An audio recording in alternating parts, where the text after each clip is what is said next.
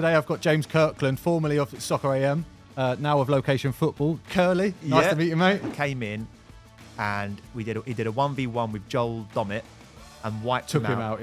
Proper took him out. Wiped him out. At one point, a fan threw up in Fennes's dressing room sink. Yeah, I'm a presenter now for Ipswich Town on Town TV. The Croydon kit man is also the mayor of Croydon. The one thing that did annoy me with the goalies, a good story with Jimmy on a night out. I'm going not a goalie. I suppose I could try out, could I? And they went, yes, like you can come and make a video. And I was like, oh my God, here we go. The idea is that, I mean, it sounds so simple, but literally top bin, put in 2 bins, and then we've created millions and millions of views of people wanting to hit top bins. Where's the driver? He went, over there.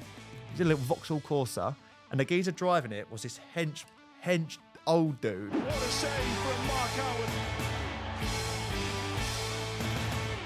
Being a professional goalkeeper, I definitely understand the importance of recovery for the next performance. I've finally found the perfect product to help me recover. Introducing the Mito Mobile Flex from Mito Red Light. Their industry-leading devices harness the power of red light therapy, emitting red low light wavelengths through the skin. This safe and effective process kickstarts natural tissue recovery and a huge range of added benefits. Whether I'm at home relaxing or whether I'm in the studio researching goalie or no goalie, Mito Mobile Flex is designed to help me recover at my ultimate convenience. Its portability is unmatched, and it even comes in its own handy travel case. You can effortlessly slip it into your suitcase or your kit bag. That's what makes it so travel friendly. The Mobile Flex offers freedom and flexibility, saving you the need to find a plug with up to 3 hours use on one single charge. That's enough charge to get me through 2 90-minute matches to help my recovery. It's an on-the-go solution that gives you no excuses but to aid your recovery. My favourite feature about the Mobile Flex unit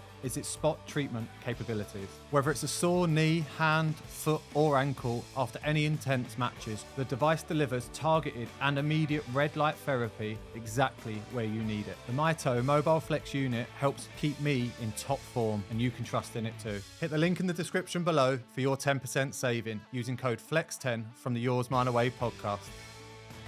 Now that's a great save by Mark Howard. What's happening, everyone, and welcome back to the Yours Mine Away podcast with me, Mark Howard. After last week's incredible episode with Asmir Begovic, I hope you all enjoyed that one. I'm joined by a slightly different guest today, and someone I'm really pleased to meet, and we've got quite a lot in common in the content creation world. Today I've got James Kirtland, formerly of Soccer AM, now of Location Football. Curly, nice to meet you, mate. Nice to meet you, mate. Thanks for having me on. This is very exciting, and loving the set, by the way. Yeah, proper goalie stuff in here. We do a lot of geeky chats in here, but yours doesn't have to be that much. I can be a geek. You told me a little bit that you played in goal in school. Yeah, primary school days down at Richard Whittington in my local area. Yeah, I was actually wearing a pair of those gloves that you've got on the table there with the little mitts and they're old school, them. I mean, were they actually ever goalie gloves? Like, did people actually wear them? Because I mean, I know I wore them at school, but yeah, my goalkeeping career was short-lived. But yeah, I did love making the old Hollywood save. Yeah, and you know those balls that they had that weren't footballs; they were like netballs. They were like, we weren't using proper balls. We'd have like the really like bouncy ones. Yeah, the 9-10 panel ones. Yeah, the that's weird it. Ones. Yeah, yeah, they're good them. Yeah, they were good. But yeah, short-lived goalkeeper career. But yeah. Yeah, we don't have to talk about that. Right? I want to get straight on, right? I've got a strange nickname. Curly. Why Curly? Yeah, see, everyone says that to me, like, why Curly? Because I don't have curly hair. No. But it's Tubes that came up with it. So basically, when you on Soccer AM, you naturally end up getting a nickname. And I sat next to Tubes all the time, and it was chaotic. But one day, he just went, Curly Kirtland, because of my surname. Oh and I was like, well, that doesn't really, like, I don't know how you've come up with that, but fair enough. And then it stuck like glue. And yeah, it's been my name for 16 years at Sky. Yeah, so 16 years maybe, yeah. It's always the ones that you don't. I'm Chomp. Chomp? Yeah, so I got given this nickname in Scotland because I sat next to a boy in the dressing room and his nickname was Champ, but he was also from Croydon, where I'm from. Okay. And then they said something to me and I nibbled and they went, you chomped. You had a bite. And then obviously I was, I think, 18, 19. I've tried to refuse it. And every time I tried to refuse it, it was like, stop chomping. And then I was Chomp. And then, so now in football, everybody, even managers call me Chomp. They'll like, our gaffer at the time now will call me Chomp. He'll do press conferences after the game and go, "Oh, I thought Chomp did this in the game." And you're like, oh, gaffers just call me Chomp in an interview. Did they explain what that meant? No. So no one's ever explained it to the press or anything like that? Only like anyone that listens to this podcast have heard it a couple times. But yeah, like that is everybody in football calls me Chomp. It's so strange that. And are you all right with that? Yeah, I love it. But see, like after about 6 months, I was like, I am Chomp. That was it. And then you just stop refusing it, and you're like, I now introduce myself in dressing rooms. When you, this is what I want to know, as a goalkeeper yourself, when that ball comes into the... No, I don't shout Chomps. Do you shout Chomps? Nah, keepers. They're still keepers, yeah. I reckon I would shout Chomps. I think more people would understand that. Like, Chomps ball, yeah, like it. Yeah, so quality. Obviously, let's crack straight on anyway with location football. Yeah. You're doing a lot of non-league stuff, and you're building up a really good following doing your own YouTube channel. Yeah.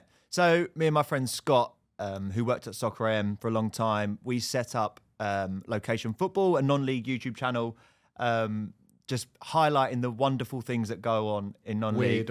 Weird and wonderful things, but most importantly about the people that are involved in non-league. Relating it to a goalkeeper, I was at Croydon versus Hawley in the FA Cup. Before the game started, the Hawley goalkeeper had a pint just by the side of the goal, and he had a quick swig of the pint beforehand. It was a 12:30 kickoff, so they were absolutely buzzing.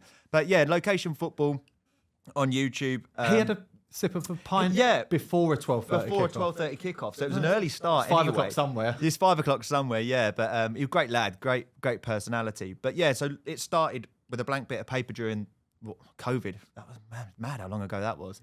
Me and my mate just snowballing ideas of what we wanted to do. We like to travel. We love non-league football. I grew up in Bishop Stortford. They've been a very good sort of semi-professional football team for a long time. National League South, they're in the north now, which is mental considering they're near Stansted.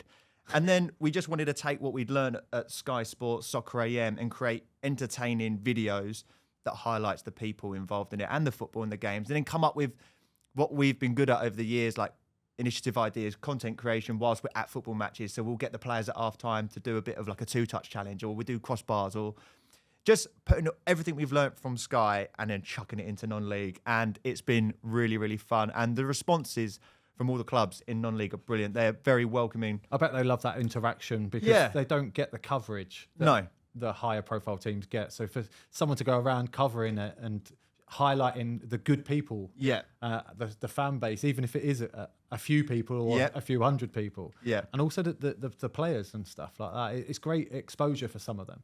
Yeah, I think it doesn't matter how big you are in terms of where your content creation is, because like our channel's nearly at 4,000 subscribers. We've had some videos that do really well, 25,000 for us, the Bunch of Amateurs one that we did at Dorking, and then you get some that don't do as well, but the players love it. Like, I feel like I'm always respectful, and I've been at training grounds at Man City and Arsenal where like it's strict, but I sort of carry that into non-league because at the end of the day, these players are still they're still playing, they've still got a job to do. But like again, I'll use that example just because it's fresh. I was at the Hawley AFC Croydon one. Croydon famously are now owned by Stormzy, Danny Young, and Wilfred Zaha. So as the players come out for their warm up, I was like, "You're to the Croydon players, what's your go-to power trap before a game?" And then it's like a really quick bit of content of the players going, "Oh, I listen to Dave, I listen to Sprinter," and then one of them's doing like rapping, and it's just brilliant. I think the more you can showcase these personalities, the more engaged it is for the viewer. Yeah, obviously the Dorking one, the manager, Mark White, what a man, what a guy. Obviously we played against him twice last year. Yeah, how did you find it?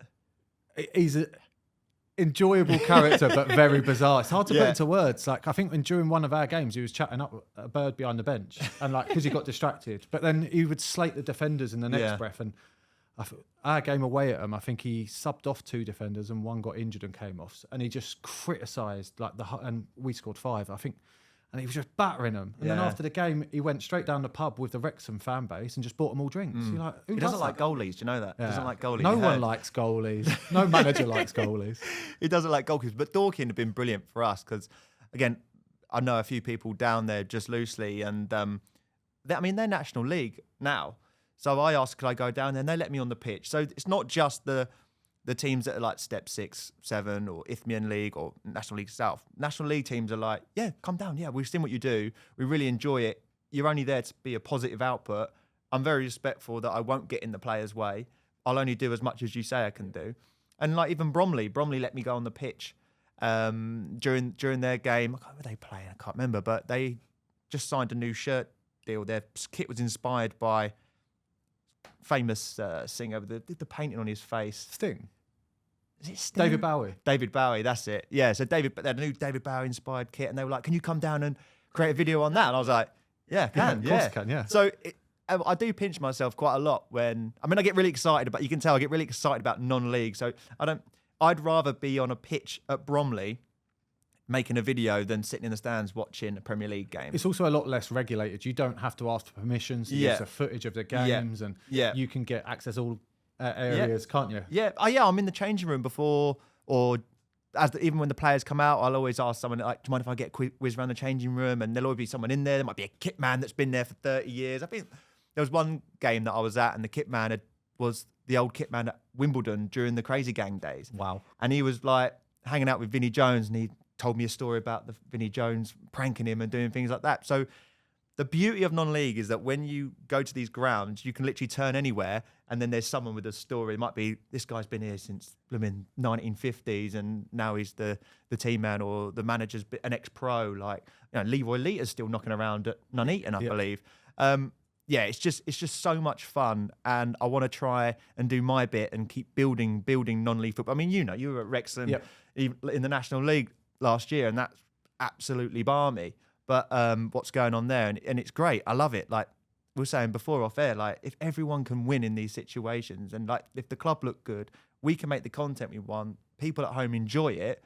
Then what's the harm? Yeah, you've also found a huge niche as well, haven't you? You've found that no one else does that sort of exposure. Obviously, you get the some fans will do their own vlogs of games and that, but it's just not the same to the access that you're getting and what you're showing. You're showing that the kit man's the groundsman, and he also makes breakfast for the lads. Yeah. Well, the one again, only because it was at the weekend. The Croydon kit man is also the mayor of Croydon.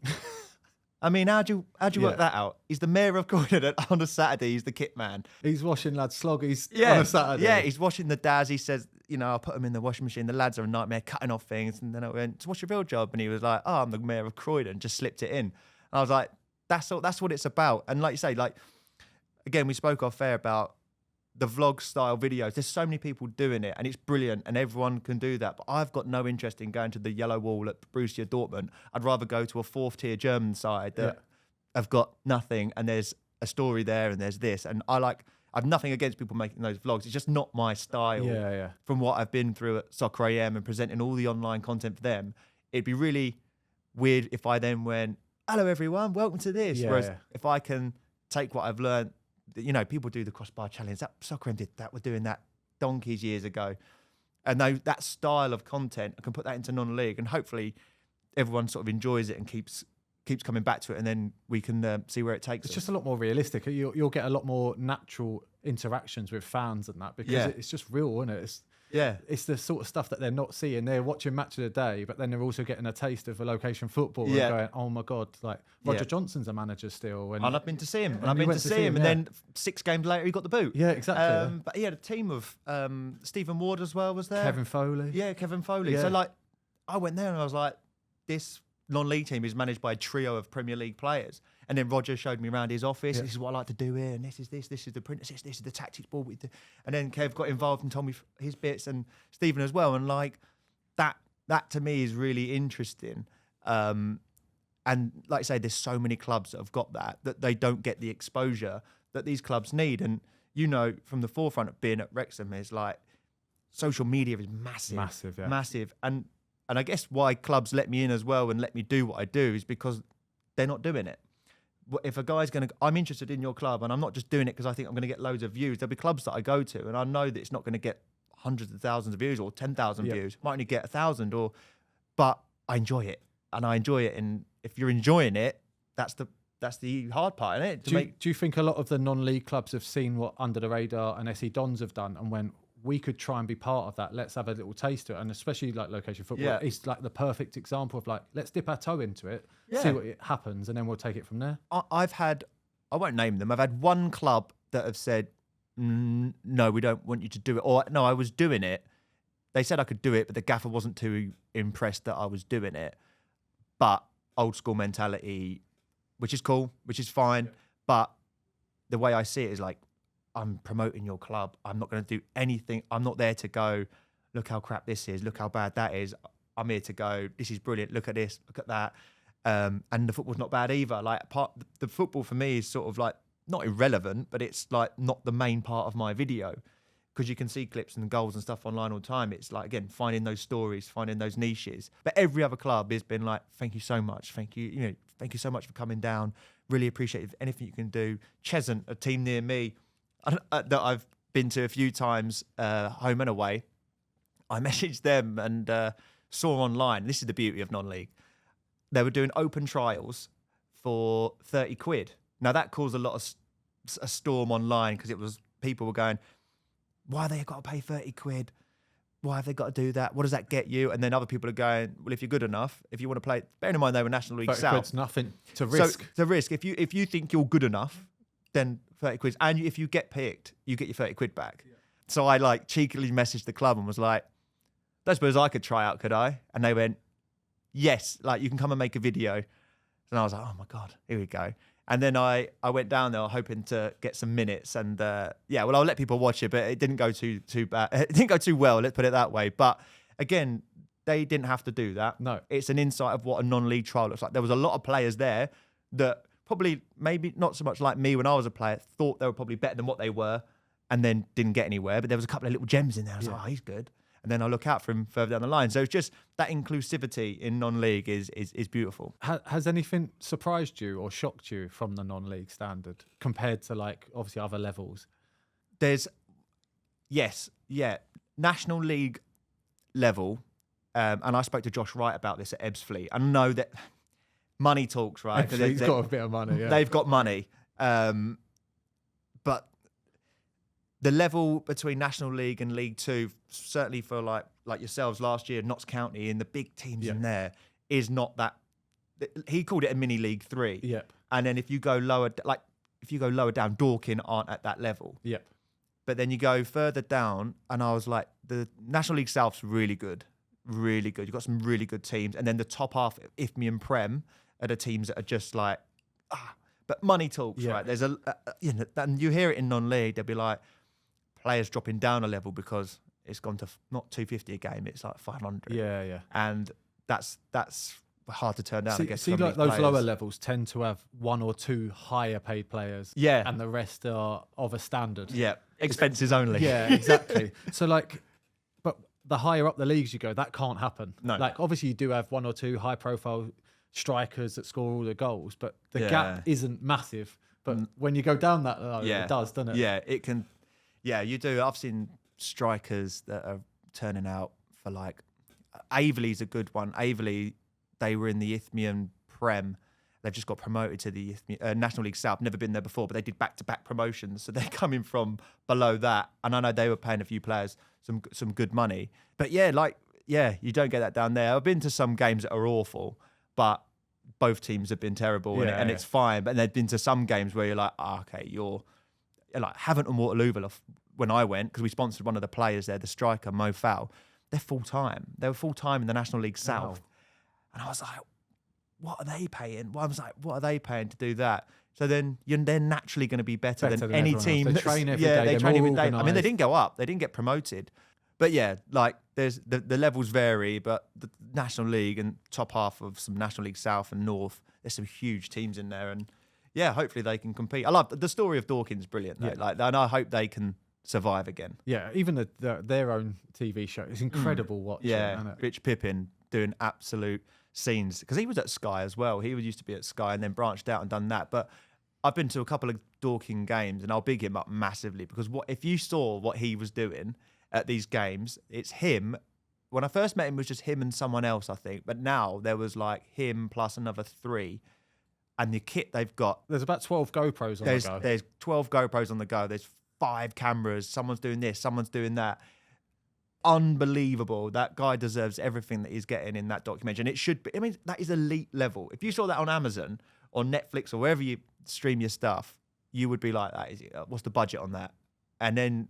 Find out he's editing it on his own. He's editing on it. And you see that timeline, and I'm like, my eyes are going Like, that is a long edit. It's a lot of work. That. Trust me, I know, like, editing videos can take time, but editing a documentary like that, 12 cameras, How syncing can he it all possibly turn around 2 games in a week?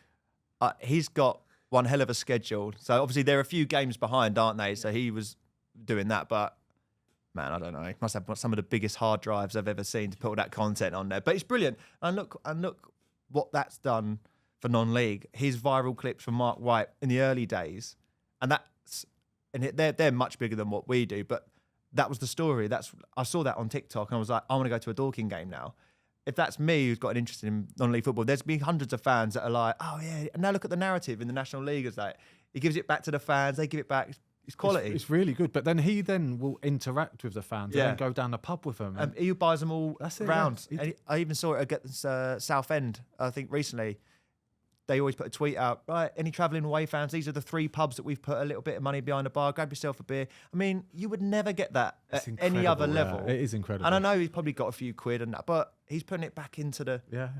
That team, like 19 promotions, I think it is, 19 wins. They were playing down like the park against like the Dog and Duck on a Sunday, and now they're in the National League. It's actually mental. It's quality, and right. that is what I love about a non-league. All right, make sure you go and check it out. Yes, Location Football on Location YouTube. Football. Make sure you subscribe. Hopefully you subscribe to our channel, but make sure you Location Football on YouTube. Right, I've got a couple of quick fire questions here. Go for it. Some of them might be a bit goalie themed. That's fine. Right, catch or parry? Catch. Yeah? Yeah. Why? Well, surely it's better to catch. Not in a soccer AM car park. It's parry all day. Camera saves, no? Oh, so I thought you wanted me to be like a proper goalie. Yeah, let's do it as a proper goalie. If I was being a proper goalie, surely it's better to catch, right? Perfect. Yeah. Favourite goalkeeper kit colour? Oh. Favourite goalkeeper kit colour? Green. Arsenal. David Seaman. Yeah, has to be like the emerald green. Yeah. Love that kit as well. Right, play out from the back or kick it long? Play out from the back. Yeah. Yeah, keep it sexy. Yeah, nice. Yeah, right. Who's your favourite ever goalkeeper? My favourite ever goalkeeper, I've got to go. Ooh, so I'm an Arsenal fan, so I've seen some good goalkeepers and I've seen some bad ones. David Seaman was the reason I supported Arsenal. Yeah. My cousin met him in an Indian restaurant and that was it. Yeah, I didn't even meet him, but that was the story. That's as close as you've come. Yeah, that's as close. Who's the really bad one? Well, Arsenal. Take your pick. We've had some dodgy ones, haven't we? I think a few of them have got a bad time at Arsenal, but end up unbelievable goalies. Yeah. Arsenal fans hated Fabianski. What a career he's had. Yeah. Arsenal fans hated Chesney. I didn't mind Chesney. Almunia weren't I tell you what, Almunia in training was the best goalkeeper I've ever seen. I trained with him and Jens, and Almunia in training was the best goal I've ever seen. What was Jens like? Because he just looks crazy. German. Keep it at that, yeah. Like so disciplined. I'd serve him on like warm-ups and stuff, and if I miss a target, he'd want to like kill you. He'd be like, "How are you working me if you're missing the target?" Like he was so to the point, but I loved his mindset. He was just a winner. He was just walked around winning. Yeah, he was like puffed out his chest, made himself look bigger, and I loved his mentality. Who was the goalie? Do you remember the one at Arsenal? Blonde hair. Just after Seaman, Alex Meninga. Oh, what a goalie! He made one of the best saves ever, didn't he? In that yellow JVC kit. Yeah, you go. Yeah, Alex Meninga. Yeah, because when I had a brief stint in goal, I would like down the park be like Alex Meninga. Yeah. He made that big spring block save. Yeah, that's it. The striped sleeves. Yeah, that's the kit? it. Yeah, I remember that kit. I wore that kit as a kid. Yeah, nice. Right, match of the day or Sky Sports News? Oh, I'm born and bred Sky Sports News. Nice. I had to stitch you up with one. Yeah. I was like, how do I say this? All right, long sleeve shirts or short sleeve? Short sleeve. World Cup or Champions League? World Cup. Tea or coffee? Coffee. Who's the best goalie in the world right now? Who's the best goalie in the world right now? Edison. Right, and then last one, right? If the last minute of a game, you've got to save a penalty to win it, or you're going up for a corner and you're scoring, what are you doing? What would I rather do? See, my heart's telling me run up the other end and score because that's so unique. And not many goalies can say they've done that. I'm on that later. Have you ever been tempted to go up? I've gone up and then I've given away a foul. And we've scored and it got given a foul. Something? When you do go up, why does the ball always go to the goalie? I think it's just people want it to go to the goal. It's like like, David 'cause you're Blaine. like- It's like everyone's going, go to the goal. You're the least experienced player, outfield player on that pitch, But and we it seems cause like they the most always. carnage. Yeah, you do. They go up there. They Yeah. look ready for it. They look like they're out their comfort zone. Yeah, They're like, yeah. "God, I ain't been up here before." Like, But you're also desperate for them to make an 80-yard sprint back, aren't you? Every goal that goes up, you are going, I hope this gets cleared. And Yeah. he's got to run like an did you have idiot. that in your locker to get back in time? It depends on how far away it was. I remember I got in a foot race once and just gave away a foul about the halfway line Yeah. and just called it a day. Yeah, it's fine. Yeah, that was it. Tactical foul. Right, let's go on to Soccer AM then and talk about, obviously, to be part of a show for 16 years must have been one of the best experiences. Huge shout out to Forged Irish Stout for being part of this podcast. Listen to that beauty. An unbelievably smooth, creamy stout by Conor McGregor, the UFC legend. Not here to take part, but here to take over. Forged Irish Stout is on a mission to become the biggest Irish stout. Conor McGregor has taken over the whiskey game. Now he's about to take over the stout game. Me and my guests will be enjoying a few cans in the next few episodes. If you fancy checking it out too, make sure you hit the description below and find out where you can get Forged Irish Stout. Forged Irish Stout will be available in Asda nationwide come August. Let's get back to the podcast.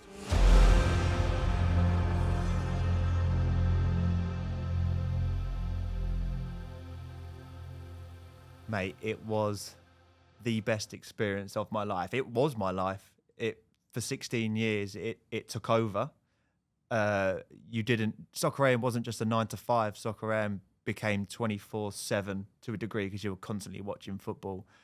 And I remember growing up as a kid, like most people, I'm 35 now. So when me and my older brother, it would be on. We'd come down, we'd sit there for 3 hours and we wouldn't move and we'd watch it. Same, yeah. Yeah. Everyone was watching it. All my mates were watching it. It was everyone's Saturday morning football show before either going and play football or going to watch the football.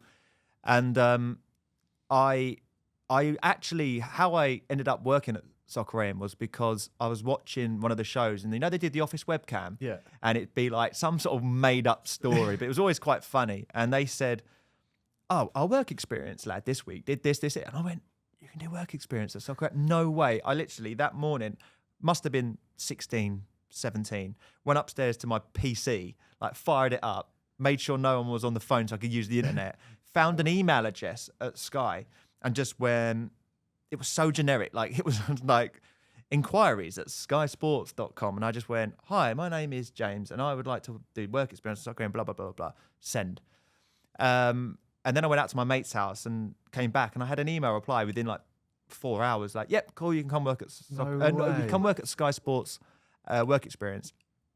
Travelled up to Osterley where it is on the day, Monday, put a suit on. What an idiot. Like, you don't turn up to that in a suit. Not soccer. Not Soccer AM. So I turned up with like suit on, shirt on. I didn't like wearing school shoes, but I had my shoes on. And I got picked up. They take you to this room and they're like, "Who do you support?" And I was like, "Oh, Arsenal." I'm like, "Okay, cool. Can you watch this game? It's Arsenal Tottenham." This was just Sky generic. Watch it, Arsenal Tottenham. Log how many shots there are, goals, and all that sort of stuff. I was there for hours, just spooling through this game, and I was like, "This is dull. This is." And then I was like, "Can I do Soccer AM?" I was hoping to do Soccer AM. They were like, yeah, we'll see." I went home and I was like, "Dad, I'm not going back in tomorrow, man. This isn't happening." And he went, "Look, son, just go in one more time. If you don't like it, come home." I went in on the Tuesday. I said, "Can I do Soccer AM?" They went, yeah, cool. You know they don't work Mondays, which is why you didn't do it yesterday. And I went, "I didn't know that, no." So I was like, "Thank God I came in." No way. And like the doors are open. They brought me down. And then at the back, there was Tim. Please tell me you walked straight out the tunnel. Yeah, the back of the tunnel. Like that. I was like, "Oh my God." But like, it was such a cool place to work. We had our own building, essentially. And there was all these chairs. And at the back, you had Fenners, then you had Tim Lovejoy, then you had Sheephead. You had all of them, all of the gang, Tubes, Rocket, all that lot. And I was like, "Oh my God, I watch these guys every day." Just watch the on dance Saturdays. off Just between I was them like, lot. "Oh, look at all this." And then like the guy introduced me and was like, "This is James, your work experience." They went, "Oh mate, right, yeah." Boom, they were like working like away, like hard. And then did the week's work experience and loved it, and just said to the guy that was doing all the props and stuff. Like, mate, if you need a hand on Saturday, I'll drive in. And I did. I drove in every Saturday for about 9 months, getting up at 4:30, travelling an hour and a half, getting there, working for free, and then just going. What was you working? Was you just a Props, T-boy? T-boy, tees, props. I would make before every Oh, you must know show. how they all took their coffee. Yeah, how to take their coffee. I'd make the chocolate selection box for Tim and Helen. Basically, I'd used to go up to the canteen and break Kit Kats, Yorkies, Mars bars, Maltesers, and put them all into a little box and then provide them to them. What they don't know. Yeah, so there's so much that goes on. Props, all the costumes, the moustaches, the wigs, everything had to be meticulous, and it was like The running order would have been a joke. It was scary when I was, because I wasn't part of the team in the early days. Like when I was there for the last year of Tim, like I was a young lad, so I wasn't like, oh mate, how you doing? I would be like, oh my god, hi, yep, it's Tim. Don't say anything. Just sit there and like, oh. So I used to just get on with it and help my mate Steve Sutcliffe out, who was like swamped. But the hours they worked, and then when it all changed and changing the guard and everything like that, I was already in good stead. So like they were like, we need more people. You've been doing this for ages. So the note there, kids, is like work hard and you get the rewards. Yeah. Have a go and just go for it, and then that puts you in good stead. But it's credit to you that you put yourself out of that comfort zone and just went, I'll email them. Just try it. Yeah. And then obviously at the end of your... People don't do that these days. I bet that work experience was a tough week, by the way, considering you've had no background. No, it was hard. Yeah, it was like, I'd done a few things before, but like nothing to this scale of like, we need, it wouldn't be like a fireman's costume. It'd be like, we need a 1970s doctor's outfit with working table and lights and things. That like, it was a proper outfit. And I was like, oh, this is a lot. Would that be just getting thrown together during the week? And then you had to make sure by Saturday that was there? You might get, so after my work experience and I got the job, I then came in as effectively as the T-boy, but also it was called props and people. So if someone had an idea and they're like, we need to go and we need X, Y, and Z. We need to build this studio. You've got till Friday to do it or Saturday to do it. We need a costume. We need that was it. You'd get in for 9. What I would do is I would travel from where I lived in Essex, hour and a half to get in, but I'd leave at 5. I'd get there for just after 6:15. Sleep in my car. I had a duvet. Sleep in my car with a pillow till 9. Well, it's like 1:45. Quickly go and have a shower. Start work at 9, and then sometimes you wouldn't finish till 10, 11. And then on a Friday, you would be like in from 9, and then sometimes you'd not finish till 3, 4, to that point where you'd be like, well, I might as well sleep in the props cupboard. Yeah. And I've slept in there plenty of times. Inflatable crocodiles were like a double bed for me. And I sleep on there, and then you get up 6, start doing it. And it might be stuff that you're spray painting things. You're making the Battenberg costume. Trev used to wear the referee outfit with the cake. With the cake. Class. I made that. That's what I made. No way. Yeah. And that surely they've let you keep that one. They broke like so many times. But you would literally go to the videotape place, and there's a video box that you'd split and then get the phone, print it off. Madness, the amount of things that we had to make. But you did it. There was no like, you'd get given a list of things to do, and you'd be like, how the hell am I going to get all that done? But once you got some experience, you were like, that's going to be a lot of hard work, but I will get it done. I have to get that done. Yeah. No matter what, that's getting done. Otherwise, you're going to get a rollicking, or it's going to be your fault. And that's another thing that with Soccer M, on everyone on that team, it meant absolutely everything. That if you made a mistake, you were like, a bit like in football, you'd be like, I can't believe it. You go home that day, you go, I can't believe it. It's like scoring an own goal or something. You're like, I can't believe it. I can't believe that happened. Got that spelling wrong, or I got this, I didn't get the right. It'd eat you up. Did it feel more like a family then? 100%. Because obviously, like you're talking about some of the friendships that you've still got from the show and that, but like the way that it looked from the outside, and even the way you tell the story, like those friendships are families. Like it is.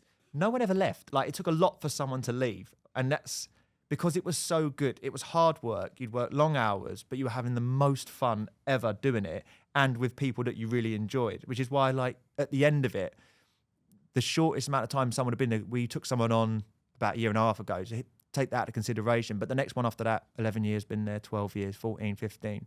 But yeah, absolute family, because that person would bail you out and help you out. And like Tubes, who's one of my best mates, like we've helped each other out in so many different ways through life because we spent so many days and hours together. It didn't just become a show. You were then like, you were doing life together. I've had problems in things in the past. He's obviously had his problems, and he'd help me out and support me. And then, like you're on this journey together with everyone, and you're all fighting for the same thing.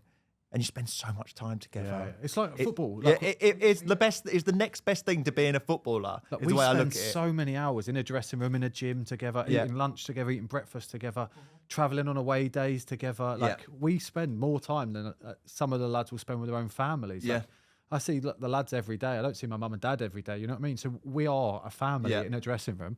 But what's weird is when someone does leave, they're just, that's it, they've gone. Yeah. And then you've got a new family, or you're part of a member. So we had a few that left, like when Rocket left, that was quite a big one, because obviously he was a great lad, but obviously got to his point where he wanted to do more on screen stuff or whatever he wanted to do. He had different aspirations, and he left. And then a lot of the old ones, sort of like Chris left as well, went to Chelsea, and then more recently Stu and that went to Brentford, and now he's the head of content creating at Brentford, and he's the match day host presenter. So like everyone that's left has always gone on and done something really cool afterwards as well. But like that family of like the tight knit of everything, and I'd go on a lot of tube shoots as well, so I'd go and help him out and do them, which is great. Like, you used to just surely you cracked up behind. Oh man, you have such a laugh. Like you do have a laugh, and we're just like. And you throw Jimmy Bullard into the mix as well, like big kids. We're like big kids. It's that football changing room banter that we never got to experience in an official changing room, but we definitely experienced it at Soccer M. It was class, mate. It was, and I've said to you off camera before, and it's not until I've come out of that environment that I'm like, I'm not lost, but I'm like, I haven't got that. And it's quite a big culture shock, because we left. We finished at the end of the season on like May 27th this year, and then we'd off. The holidays were the best bit, like 8 weeks holiday. Like it was a footballer. It was a footballer. We're a footballer, just not very good at football, and not the same wage. But we'd finish football. We finished the season, have a real good laugh on the end of season. Boom, we'd all disappear for our holidays, and that's fine. And then you come back pre-season. July, start having a little couple of meetings, having a few coffees. Yeah, we'll go shoot that. We'll do this. We'll go that. But I didn't get it this year. Like, didn't have it. Obviously, I'm grateful that I've got other opportunities. But you're like, oh my god, like I haven't seen the boys, or you miss it. Yeah, of course. Like, I'm lucky enough that I've got now a gig at Ipswich. But that void that I've had for 16 years until I've stepped out of it. I'm now like, wow, I didn't realise what I had. I did realise I was always grateful for working at Soccer M, but like I've said, it's like training Monday, Tuesday, Wednesday, Thursday, shoot day on a Wednesday, editing Thursday, Friday, game day on a Saturday. The show's done. You're knackered. You sleep on the Sunday. Your Monday, you're watching some football and that, and then Tuesday you're back in the fold again. Yeah. Like, and that was that for 16 cycle, years. Yeah, it's like leaving school again. Yeah. And you're going, oh, what am I doing now? What's next for me? Yeah, I didn't get very good grades at school either, so it feels the same. Fair enough. Right, obviously your role within Soccer AM changed loads. Yeah. I know I'd spoke to you, it must have been about 6 months ago, about coming on and trying to do one of the shooting drills and stuff. Yeah. And we've been talking since then. But yeah, you did a lot of the bookings and stuff. I did loads, man. Like, I can come away from that show going, I took every opportunity that I could to develop, and to the point at the end where presenting all the online digital content, I couldn't do. There was nothing more for me to achieve unless they moved me on inside Sky. But going back to you saying about the bookings, I was responsible for booking the goalkeepers as one of my many jobs. It wasn't the hardest job in the world, but it was one that I did for about 5 years, and getting different personalities on the show was brilliant. I was inundated with emails. I can imagine that, of people going, "Can I be the goalie? Or my mate Gary's really good. He plays for Tin Pot Rovers on a Sunday, and he's a great character, good on a night out." And you're like, "I'd love to get you on, mate, but it doesn't work like that." We've had obviously #Jacko on here. We've had Big G and Big John on here. Yeah. So like we've had some of the characters and some of their stories are incredible. Yeah. But like obviously the caliber of keepers varies as well, doesn't it? Yeah, and don't get me wrong, the Twitter patrol will tell you if the goalie's crap. I've had that quite a lot. But yeah, we were looking for we were being inclusive. We were being diverse. We wanted a whole mix of goalkeepers. We wanted female goalies. We wanted older goalie, younger goalie, whatever. It didn't matter.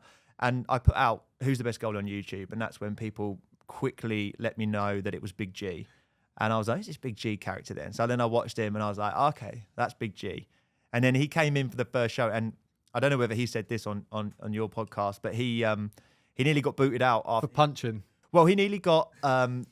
I was because it was all on me, but like I didn't know these people yet, and I have got good relationships with all the goalies now. But when it was the first one, I was like, look, YouTube has told me and Twitter that Big G is a great character, and then I've watched his stuff. He's a bit of a pantomime villain, but he's good and he's massive and he's a good goalie.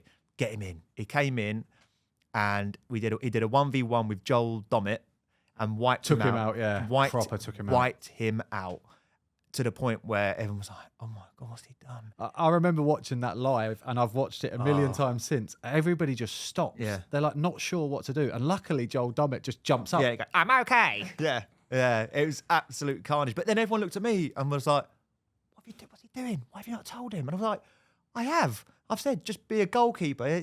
Don't worry about going mad." And then We've got it. you got it on the screen there. Look, It's one of is he not the most competitive person you've ever met as well? yeah, look. There's no need. The ball's gone.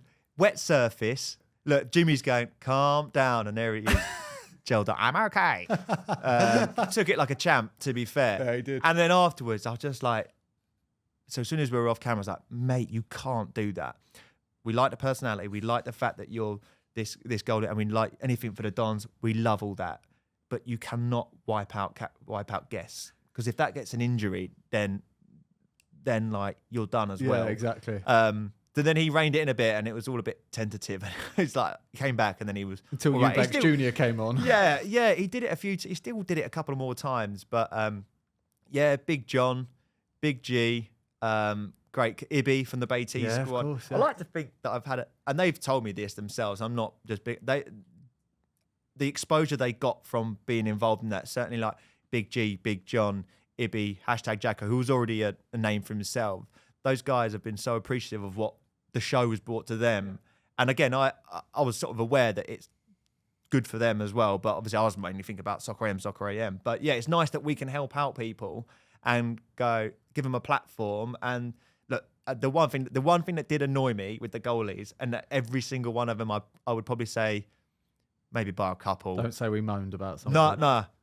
The show would finish. Can I get that save? Can I get that save, please, mate? Can I get that save? And people think that I've just got a computer that I just go, yeah, no worries, mate. I'll just get that for you right this second. There you go. And I go, there you go, mate. It's like, and also like what they forgot was like, it's like full time. It's like full time. Like you've just finished a game, and then someone come up to you and go, Mark, is it all right if can I just get that thing off you that you like? I know you've just finished work and everything, but I need that thing, and you have to go back to the training ground. Can you hang around for another hour? Yeah. And you're like, oh, mate. But to be fair, like Big John must have been the worst at that. I know that's a fact.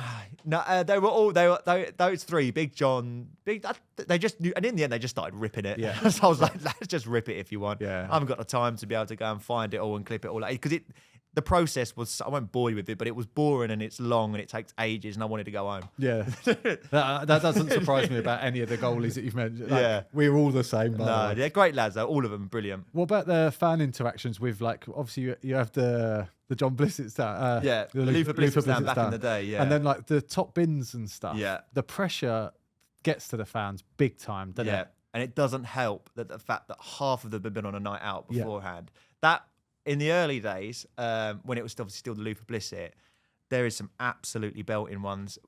It's the northern lads, to be honest, because it's a day out. Like if you were in the inside the M25 or just like a bit outside, we'd get you down on the day. So Misha would book them a car, 6 lads, they all get excited and come down. But if you're up north, Newcastle, certainly, they come down the night before. And in the end, we had to start purposely booking late trains, because if they got there too early, like Be on it they'd be all on the it whole all day. time, yeah. And there was one set of fans that I will not. There's 2 sets of fans. One of them, Newcastle, they came down, and the train got them in at like 5 to midnight at London Euston. So we're like, perfect. They can just get in a cab, and then they'll be home. They went to Egg. They went to Egg nightclub from Euston With the bags. with whatever their kit bags, whatever they had, and then partied till God knows what hour. And then they came in the next morning. We were like, oh, wow. Okay, that's a lot to deal with. Steaming, you could smell it on them. And I think, I don't want to call out Leicester, but I think it might have been a Leicester fan, or at one point, a fan threw up in Fennes's dressing room sink. And and the worst thing for them as well is, a bit like in here, they've got studio lights, but at the studios, it was like, boom, there's about 20 of them, hot at times. And imagine if you're like night out afterwards and you're like, steaming. But again, that was the beauty of Soccer AM. Obviously, that got tightened up right towards the end, but like getting the fans involved, it was a show for the people. It was a show for the fans. We wanted people to come down and enjoy the experience. We were never like, unless it was really, really bad, like you can't go like, but like 9 times out of 10, they were actually all right. But people loved it. People loved it. Again, you'd get email after email sifting through like, we need 6 Leicester fans. I bet you had thousands. Yeah. That was a tough job in the early, like when I was a lot young, about 10 years ago, I had to do that. And you're like, oh my God. And then you have to veto. And it's not just like, oh yeah, they'll do. It was, hey, how you doing? What's nice to meet you. How long have you been a Leicester fan? What's been going on? And again, even to the fans, we didn't want, and this is Fennes is absolutely brilliant, by the way, and it's how he elevated that show from where we were. But he's like, every minute of that show is produced and presented to a T. Like, no, there's no stone unturned. Things would slip through and whatever, it's live TV. But even the fans, let's make sure they're the right people. Let's make sure, they're not just like anybody. Anybody that's just gone, chuck on a Leicester shirt and I'll be a Leicester fan. And you'd have to veto them, and you'd have to go, yeah, cool, good personality, good characters, sound like a good group of lads, mixed groups as well, all good, all welcomed. And that was a challenge in itself. And then they turn up on the day, and some of the younger lads that were doing it were like, oh no, are they all right? They're right. And they're like, yes, they're good fans. And then the volley in the top bins just goes off. A genius idea is that, I mean, it sounds so simple, but literally top bin, put in 2 bins, and then we've created millions and millions of views of people wanting to hit top bins, and anyone that comes on the show, you can't not have a go at doing it. Yeah, you want to do it, don't you? You want to do it. Even the celebrities. They all want to do it. Yeah. The pro players, the boxers who are absolutely dreadful at football. Stormzy even had a go at it, trying to hit it. Like, man, I miss it. It's such a good place, and it's like that's such a friendly atmosphere. And we'd have about 50 to 80 audience, more towards 80, that would come and stand. It's not seats, it's stand and watch the show, but they'd all want to be there. Crazy, like, how cool is that? So and again, related to football, standing in a car park while people just shot at one goal. Go, and people just like love being a part of it. And like they'd stay right to the end. Even when I was doing all the extra bits of content for YouTube, present stuff, they'd all get involved. And yeah, it was a show for the people. Jimmy Bullard would have helped a lot of those drills. Actually, no, he didn't. He didn't. On the day of, like, he did in the beginning. We asked him to get involved, and he'd come up with, he had a bit called Sunday League Hack, which was basically in the beginning Jimmy teaching us some basic things about football that we didn't know. And he did one about throw-ins, which we were like, what? And we were mind blown. He went through this routine of how to take the perfect throw-in, and like, because it all just gets wasted, and how your foot should be like that. And we were like, this geezer's levels in terms. And then he did produce some absolute magic throughout the years. But he's such a top bloke. Yeah. Like, he looks after you and he look out for you. People think he's just like this nutty guy. I mean, he is a nutty guy. He is that guy, but he's also very smart, very intelligent, very business savvy. Like, he knows what he's doing, but he's just absolutely brilliant. A good value on a night out as well. Yeah. So a good story with Jimmy on a night out. So I get on with Jimmy like house on fire. We clicked straight away. My kind of guy, like, good laugh. And back, when was it? When he first joined, I can't remember. Me and Dev, who's brilliant, we had to drive to Preston. So we were doing a drill at Preston, and we had to drive. So we drove from London. It took me 5 hours to get there with Jimmy in a car. And that in itself is an experience. Just a giant child. A kid, like a child. Like, he'll fall asleep, he'll wake up, he'll wiggle the steering wheel, he'll go, put your fingers in your ears, and you're like, oh, God. So I drove there and drove back. And on the way back, bless him, he went, lads, do you want to come to my birthday party? Like, do you want to come to my birthday? I'm doing a night out down in Beckenham, where he's from. Zingaras or whatever it is, Zingaras. And I was like, me and Dev like, yeah, all right, mate. And then, like, we're like, we might do it, we might not. And then like the week of the birthday, he was like, "You're coming, right?" And you're like, "Yeah, yeah." And he goes, "No, like you're coming, you're coming. You've said you're coming." And I was like, "All right, cool." And then I got home, and then he rung me and went, "You're still coming, aren't you?" And I was like, "Well, I've got to go now." So I turned up to this thing. He turns up, he's like royalty walking through this nightclub. Well, it's not a nightclub, it's more of a bar. Everyone's there to see him. Everyone's just there. He is the local celebrity. He is the man of the people want to see. And he then talks to him for like 10 minutes. Then he just like goes and disappears and speaks around. So me and Dev having a drink. Goes, "Girls, we're going to another bar. Got a driver picking us up." And I was like, "Quality." Oh, I was like, "That's nice. Oh, little driver picking us up. This will do us. Nice. Where are we going?" And then we come out and I was like, "Where's the driver?" He went, "Over there." It was a little Vauxhall Corsa, and the geezer driving it was this hench old dude. I went, "Nah." And he went, "Yeah, that's it. Driver taking us to the next place." And I went, "Okay." I said, "Jim, you know there's 6 of us. Where am I going to go?" He go, "The boot?" I was like, "Yeah." No, you're in the boot."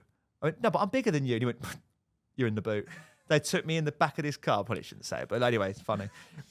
In this boot, I was in the boot of this car for about 5 minutes down the road, and I was just like, carnage. He's calmed down a bit now, but like he just disappears and he just goes. He's brilliant. I'd love it if he literally took you on a 5-minute drive and then took me back and just dropped me out and got me out. But then what I didn't understand was the guy in the other passenger seat, he didn't even know. Just some guy that just come along. Just told him he to like get met in. him like a couple of weeks ago. I was like, "Oh yeah, this is Tony. He's been yeah." I was like, "Why is he not in the boot? Like, why am I in the boot?"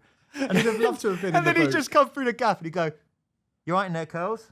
You right, mate? Not far now." And I'm like, "Yeah." I was like, "Oh, we shouldn't have done it. Don't go in boots of cars if you're watching. It's not smart or clever." But we had no other option. It was a good time, though. Yeah. Right, I'm going to do our quiz now of goalie or no goalie. I gave a little brief before. Yeah, I like it. Right, it's 5 international goalkeepers that were in their past squad. Right.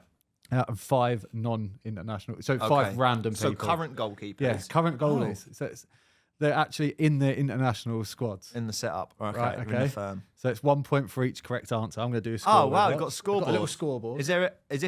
Do you always use a scoreboard? Yeah, I can't count on my fingers while I'm doing a quiz. I literally can't. So, bought a That's scoreboard. nice. Is there a score to beat? Yeah, so we have got a 10 out of 10. We've also, I think the worst so far is a 3 out of 10. So All right, so I need to beat that. you could just say As goalie. a non-goalkeeper expert. You could say goalie for everyone and get 5. But yeah, that's not the fun, name is it? of the game. Yeah, That really So- flattens the idea. yeah, exactly. So you can head over to YouTube and check out our channel Right. and find our leaderboard. But yeah, you ready? Quality. Yeah, I'm up for it. It's a good laugh. Yeah. It's a stitch up. Okay, no worries. Okay, cool. Right, number 1, Maury Diaw. Maury Diaw. Maury Diaw is a goalkeeper. He is a goalie. Yeah. He's Senegal and Clermont goalkeeper. Yeah, there he is up there. Yeah, flying. Great start. Great start. Right, should we stop there? Yeah, that's it. 1 out of 1. Right, number 2, Michael Amari Owu. Michael Amari Owu. Goalkeeper. Stormzy, not a goalie, mate. I was like, Yeah. Yeah. And I was with him at the weekend. Yeah, that's filming why I've him just at a chucked, game. I've You've literally done chucked that in on purpose because you were just with him, so. Yeah, but Big Mike, innit? Yeah. Oh, Yeah. that's a wound up. But like you did say, it was a stitch up, and that is an A-class stitch up. Number 3, Tyler Toney. Tyler Toney. Now it sounds like it shouldn't be a goalkeeper, so this is part of the game because it shouldn't be. It shouldn't be, which means I'll say it is a goalie. Tyler Toney is a goalie. He's not a goalie. It is one of the Oh, it's creators one of from the- Dude Perfect. Dude Perfect. That's one of my favourite YouTube channels. Yeah, he's Yeah. big dog him. They've just started sponsoring Burnley. Yeah, that's mad, isn't it? Yeah, I think they're a co-owner. Yeah. Have you watched the documentary on Burnley? No, not yet. Is it good? Get on that, man. Yeah. Yeah, because they're owned. I didn't realise who they were owned by, like an American group, a consortium or Yeah, whatever big you call it. consortium, But like, it's proper. It's proper. It's on Sky, I believe. I'm going to get on that. Yeah, I it's want to good. watch the Tyson Fury one. That's Oh, what I'm I actually going watched to go and that. watch tonight. Binged it. It's Yeah, quality. good, yeah. Yeah, it's mad. I'll get on the Burnley one next then. Yeah. Right. Number 4, Max Crocombe. Max Crocombe, goalkeeper. He is a goalie. Yeah. He is at Burton. He's a New Zealand goalkeeper. Oh. He was at Grimsby. Oh, okay. Yeah, I thought you might have actually been to a game that he's probably played in. No, not yet. I've not been to Grimsby when they're National League. I no, didn't know but if Lloyd would have took you. Well, funny enough, me and Lloyd Lloyd's taking me to a game at some point this season to get the full Grimsby experience, fish and chips beforehand. and So chips, I'm going to yeah, do that, because I know he loves Grimsby, and I've got the mug. Yeah, big Lloyd. He was a good goalkeeper. He was a good More of a goalie. shot stopper, not of a distribution. He's quite agile. Yeah, very Surprisingly. agile. Yeah. The cat, we called him. Yeah, nice. Yeah. Right, number 5, Stuart Camp. Stuart Camp. No relation to Lee Camp. Might be. Could be his brother. Not a goalie. Did you say not a goalie? No. He is not a goalie. Yes. He is your employer's manager, Ed Sheeran's manager.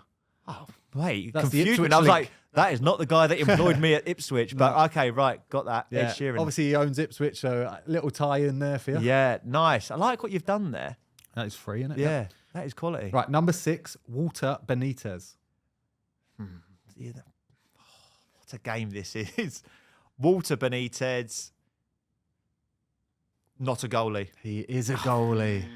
He is Argentina and PSV Eindhoven goalkeeper. Is he the number one? No, he's third choice. Third choice. Yeah, he's not Argentina's number one, is he? It's, No. certain not that. Martinez at Aston Villa Yeah. that won the World Cup. Yeah, that's his goalkeeper knowledge. Yeah. But Walter Benitez, yeah, good on him. Yeah. 1993. Sounds like a good footballer, though, doesn't Yeah. I just because you threw in Benitez bit, well, you didn't, that's his actual name, but I thought like, oh, that could be like a tricky one. he? Yeah. But, you know. Right. Number 7, Russ Williams.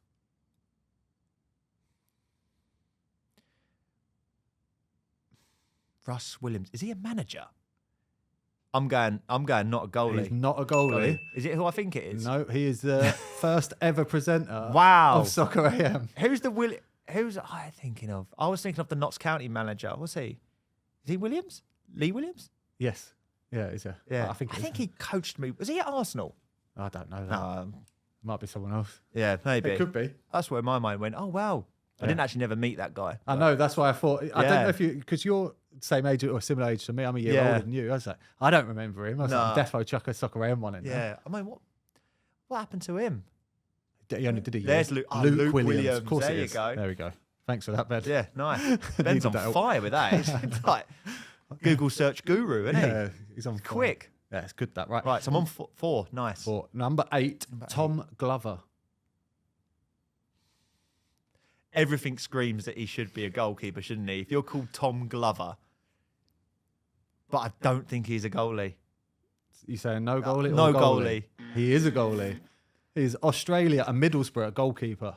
God, you can see I don't watch enough EFL football. Yeah, Like, Glover.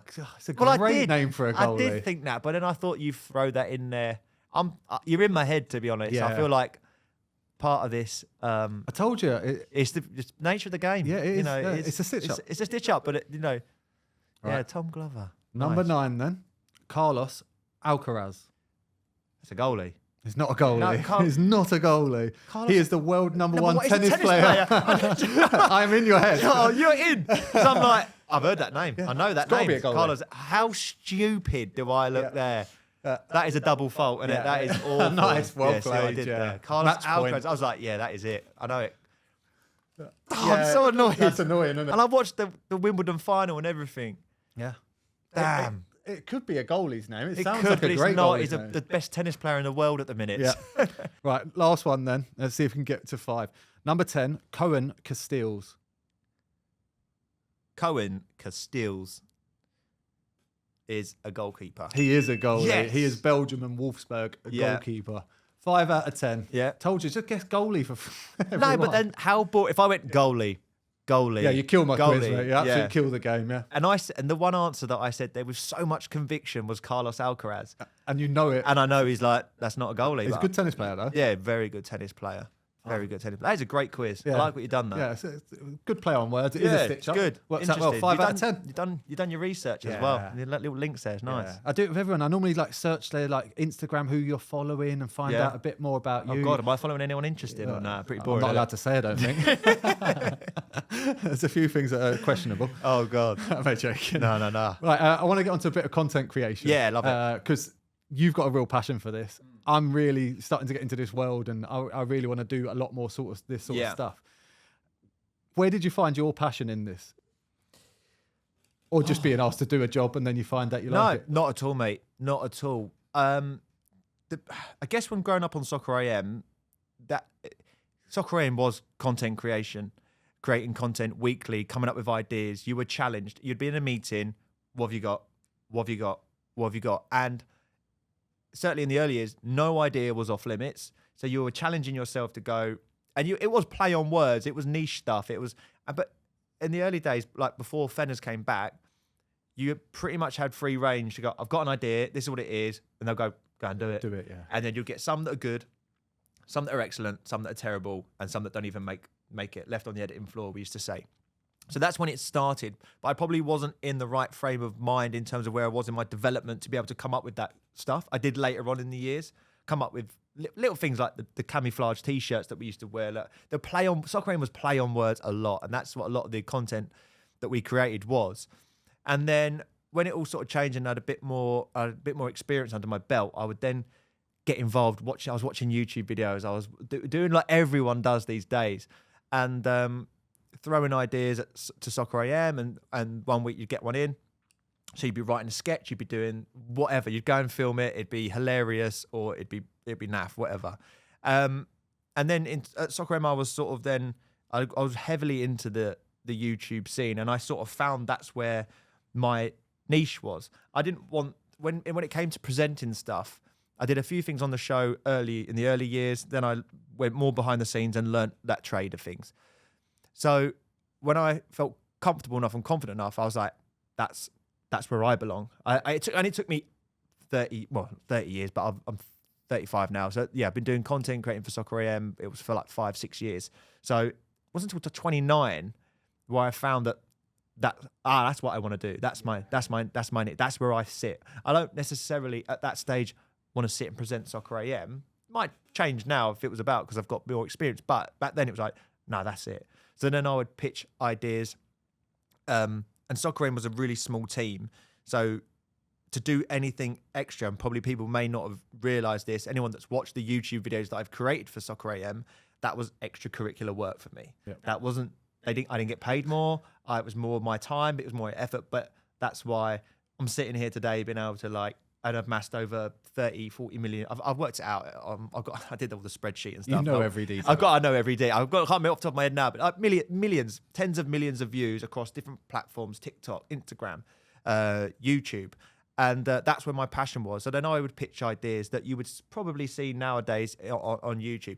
Can Matty Cash beat two goalkeepers? I've got Big G in goal, Big John in goal, Matty Cash, Premier League footballer, and Jimmy Bullard. And I'd produce, present, and edit that idea, all in like my working week as extracurricular. Wow. Mad. And then I was just coming up with more and more stuff. And then I'd do the short form stuff where I'd be like the Soccer AM 10-shot challenge. And I got little JR who does all the running stuff on TikTok. Quality lad. He came on. I got 5 million, I think it was 5 million views, millions of views for that one. And then there would be another idea. And it was just like a constant wheel of just coming up with different ideas. And it would change like we all know social media does. 1 minute, the 10-shot challenge is doing really well. And then people want something else. They want... Someone else is doing it. Someone else doing it, or they want something else. So, and I had the perfect platform to experiment and do things with on Soccer AM's YouTube channel. And yeah, there'd be people prefer kicking footballs. But for me to hone my skills, I then was interviewing footballers. I was creating content. I was going out on the road and doing it as well. So my passion started there. And then as soon as I took that into location football as well, I had free reign to do whatever I want. I could create, come up with an idea, and I'll sit there and I'll go, what, like, because you see like everyone does now, it was like the big YouTube channels like Max Fosh and people like that who are cooking Indian takeaways on a volcano. Again, that's not me, but there's so many great ideas out there, and that's the beauty of creating content, is you can literally just go and do it. And that would be my advice to everyone. And that's what advice I got fed down to me. Just have a go. Have a go. If you've got an idea. Are you self-taught then? Yeah. Editing everything's process self-taught. and everything? Yeah. Because I've literally just finished my journalism degree as this goes out. Wow. So like I've done a degree in journalism broadcasting over the last 2 years. It's been tough trying to juggle football, podcast, and then that. But like I've absolutely loved diving into something totally different out of my comfort zone. Yeah. But I can tell from speaking to you, I met you for the first time today. We've spoken a bit on Instagram and stuff, but like you're passionate about it. Yeah. If you're passionate about something, you've got half a chance. You can't be a And what I found a lot with people that I've met in coming into the sort of industry as a young 19-year-old, 20-year-old, or whatever, if we'd have work experience, they want to go from there to there really quickly, and they don't want to do the bit in the middle. That's the hardest bit. And that's the hardest bit. Yeah. So I learned everything at Soccer AM, and I took every opportunity I could. I was the one that said, I want to learn how to edit so I can create content for Sky. And they went, 2 people can do a Premiere Pro course at Sky in-house, day enough. So me and another guy did it. I then fired up my laptop, and then boom, I was away. And then I just started learning. And then, I like to think that hard work pays off in the end. And don't get me wrong, there has been times where I felt so low in doing what I was doing because I was burning out, and I'd burn out and then I'd break down and I'd be like, why is it not clicking for me? And I guess that comes back to leaving Sky and realizing what you've done. When you're in that bubble and you're like, I'm working so hard, like I say, extracurricular to do on top of a mad week. Yeah. So when people have Mondays off, I go, right, I've got a day to edit the next Soccer AM YouTube video. And then I'd see it and go, 500,000 views. Yes, nice. But in reflection now, when you're looking back at those days, it must be an incredible achievement. Yeah. And you're like, I actually give myself a lot more credit now. credit The now. mad thing is, and I've heard people say it before, it's like, I feel like now I'm only just getting started again. And it sounds really corny and cliche, but it's like, I found out what I like to think that I'm good at. I've took 5 years, 6 years honing those skills on the best TV show that I think's ever existed in terms of the sport and entertainment. Built a pro semi, like, people, I'm not getting hassled when I'm walking down the street every night, but if I go to a game or go there, people will know from Soccer AM. So I built a bit of a profile in that sense that people enjoy the content that we create. And yeah, worked my absolute nuts off to try and make something of it. And then coming out of it, you're seeing people appreciate it. Like with the job at Ipswich, straight away, they called me up and were like, come in, we're doing this, we're doing big things at the club.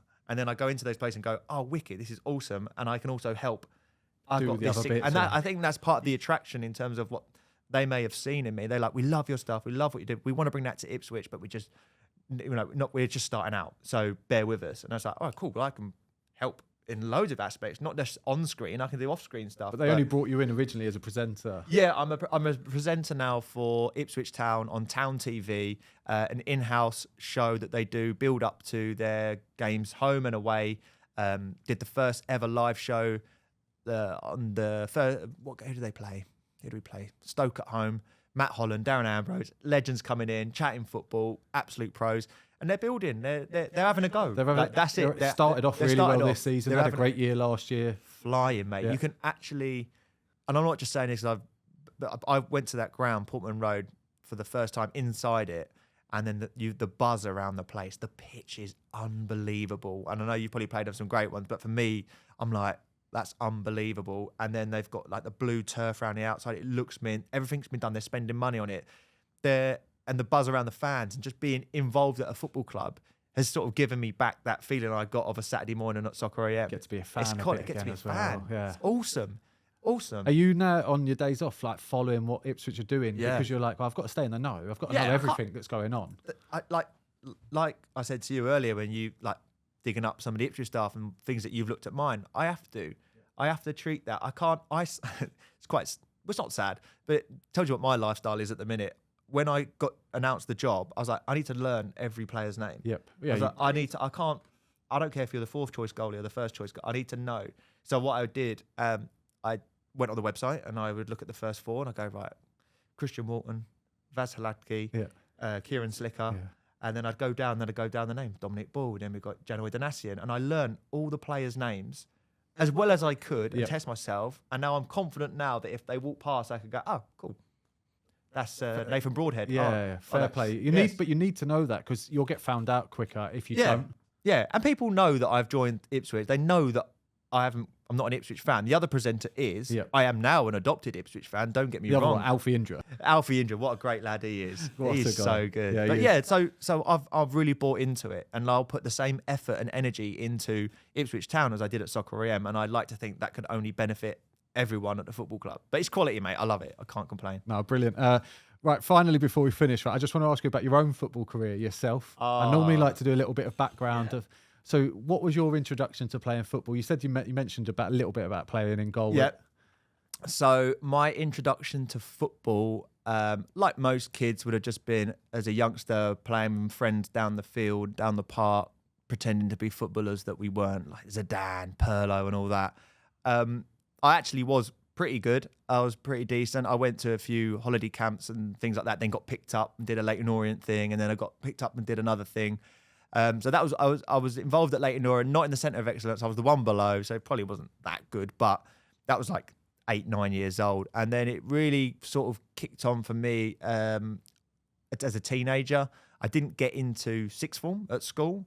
And I went and did a BTEC at Cambridge Regional College, sports science, like one of the easiest courses you could ever do. And I wasn't a smart kid. Don't get me wrong. I mean, I didn't get into sixth form, but I went there and I quickly became the cleverest kid.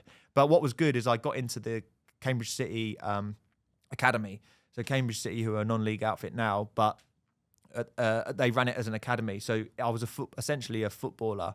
I trained Monday morning, education in the afternoon, Tuesday morning, education, Wednesday, game day, Thursday, recovery, Friday, education, followed by football training in the afternoon, Saturday, football match. So I played for Cambridge City as a scholar for 2 years, I think it was, my time there. In the end, got put out on loan to Mildenhall, that all the youngsters did. So we were playing for like Mildenhall, I think it was reserves or something like that. But there was about 20 of us in the squad, and then they just pick and choose. And if you're in the first team with Cambridge City, cool. But yeah, so I played there, did well. The one thing for me is like I'm not going to be someone who goes, I slipped through the net. I didn't slip through the net. I was never in the net, but I thought that I was good. I really wanted to be good, but confidence. Yeah, confidence was probably the big thing that I took into most things. Even like presenting at first, I was like, oh my god. But then the more you do it, the more practice. So that'd be my. I wish I trained. I wish I practiced more in the garden. Did all that stuff that you need just to have a chance, a small chance. But did that. That was class. Cambridge City, and then came down, and then at 18 was playing for Bishop Stortford, like reserves. Like, I was still a youngster. It was a shambles around there, to be honest. It wasn't really a reserves team. And then I played Saturday football for Takeley in I think it was the Essex Senior League down there. So, but then I got a job, and then I got the offered job at Soccer AM, and then I was trying to juggle. The next best thing to football. That was the next best thing. I had to go, well, I'm not going to be a professional footballer, but can I still play Saturday? Because I was decent and I enjoyed it. And then, so I got the job. So I'd do 9 till 12, well, 6 a.m. till 12, Soccer AM, drive to where I'm back in Essex and Heathrow, hour and a half, Southend, you could be anywhere, do the travelling, play the game, would be okay. And was like knackered. And then I'd play on a Sunday. And the time I knew that why I jacked it in completely, because I couldn't do it because I was juggling it. When I was younger and I was like 16, 17 playing Sunday League football, the ref always used to go to me, he's like, mate, why are you playing at this level? You're so much better than Sunday League. I went, yeah, I'm just getting some minutes in. I was at Cambridge City, I was like, I'm just getting minutes in, And then like 5 years later, the same ref's going, what happened to you, mate? Like, what big drop off, innit? And I was like, I've got to go. Thanks, yeah. Thanks. But I played Sunday League football with my mates, and it became a social thing, and just being around the boys. We had a really good group of players at Manudon. Quality, and it was just more about the social and having we won loads. We won like quadruple on that, but it means nothing compared to like what you've won in your career. But yeah, so that was my footballing journey. Yeah. Oh, amazing. Right. Well, unfortunately that's all we've got time for. Mate. Curly, you've been an unbelievable guest. No, thank you, mate. I've really enjoyed it. Thanks for reaching out and getting me on. It's nice to be involved. No, thank you very much for coming on. I need to say a massive shout out to our sponsors, Me Too Red Light Company and also Forged Irish Stout. Huge thanks to them. They help with the podcast grow as well. So this has been the Yours, Mine, Away podcast with Curly. Thank you very much. Thank you very much. I'm Mark Howard. Take care. Make sure you subscribe to both channels as well, by the way. Take care, guys. Bye. What a save from Mark Howard.